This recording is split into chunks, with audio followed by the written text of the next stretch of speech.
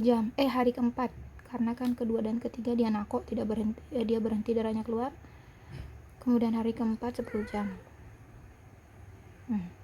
Kemudian hari ke-9 dan dari hari ke-5 sampai hari ke-9 nako, artinya berhenti keluar darahnya. Kemudian hari ke-10 keluar darahnya sebanyak 20 jam. Kemudian hari ke-11 berhenti. Sehingga apakah dia memenuhi syarat 24 jam? Kita hitung. 6 tambah 10, 16 hari. 16 tambah 20 berarti 20, 36. Nah, kalau 36 berarti dia sudah memenuhi syarat yang kedua. Sehingga dari hari pertama sampai dengan hari ke-10 dia bisa dikatakan haid karena sudah memenuhi syarat yang kedua. Kemudian syarat yang ketiga adalah harus maksimal haid itu adalah 15 hari. Nah, sekarang ini haidnya hanya 10 hari saja, sedangkan maksimal haid 15 hari. Otomatis semua ini sudah mencukupi syarat yang keempat. Syarat yang ketiga itu harus maksimal haid 15 hari, tidak boleh lebih, sedangkan ini kurang, otomatis dia sudah memenuhi.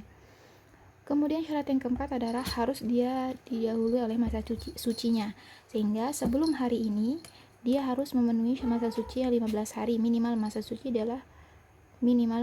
15 hari. Jadi kita misalkan sudah 15 hari, ini sudah 15 hari antara ini sama ini, kemudian baru dia keluar lagi, sehingga sudah memenuhi syarat yang keempat. Kemudian yang kelima adalah tidak boleh didahului oleh adanya kelahiran. Karena kalau misalnya adanya kelahiran dulu, misalnya nih, kemudian setelah dia lahir bayinya tidak berselang beberapa lama keluar darah lagi, nah itu bukan darah haid, tapi itu adalah darah nifas. Beda nanti ya babnya. Sehingga ini sudah semuanya memenuhi syarat haid, sehingga dia dihitung haid dari 1 sampai 10.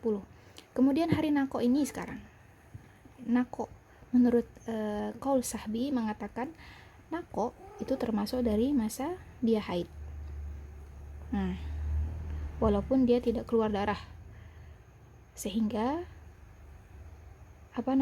kalau dia sholat waktu ini dan waktu hari kedua dan ketiga dia misalnya dia sholat, berarti tidak sah sholatnya. Kalau dia puasa berarti juga tidak sah puasanya, dan dia harus menggantinya, misalnya puasa Ramadan, dan dia harus menggantinya di luar bulan Ramadan.